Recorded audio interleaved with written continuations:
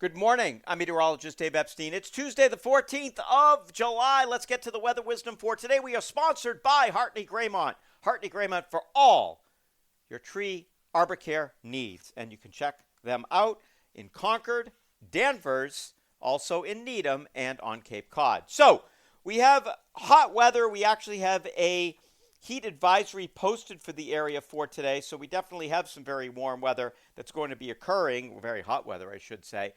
There's also the chance of severe weather this afternoon across northern New England. The severe weather outlook actually has some pretty enhanced risks of severe weather up in that area. Now, it doesn't mean it's going to occur, but if severe weather were going to occur, it does appear that it could be pretty remarkable up there. We don't usually see this type of scenario across the area because northern New England just doesn't get that type of severe weather. So that could occur. We'll have to wait and see whether or not it actually does. Now, the other thing about today is temperatures are going to be in the mid-90s across the area. It's going to feel like 100 or more with the humidity.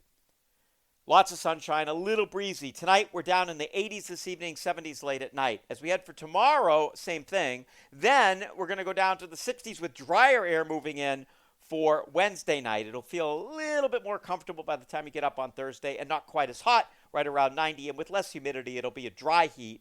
Same thing on Friday. And then there might be a little shower on the area here Saturday afternoon. Also, there might be a shower tomorrow afternoon down in southern New England because the energy that's providing for those thunderstorms in northern New England today will transverse southward during the day tomorrow. So we'll have to keep an eye on that. I don't expect any severe weather, but nevertheless, there is the risk for a little shower. Have a great day, everybody.